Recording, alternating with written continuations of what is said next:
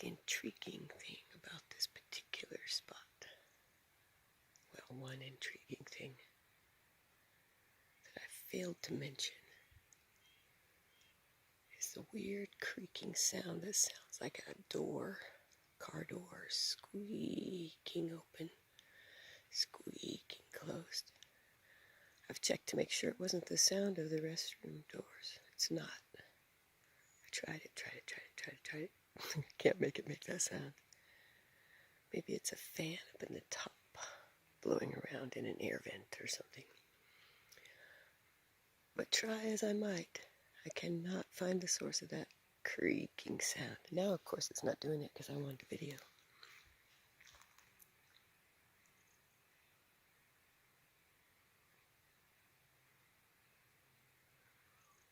There's weird little nooks and crannies over there, like trees and things that look like they could just eat you up, like it'd fallen a Merry and Pippin fallen into Tom Bombadil's.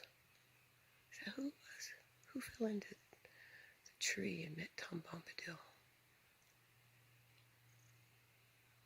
I thought it was Merry and Pippin. I'm going to have to reread that.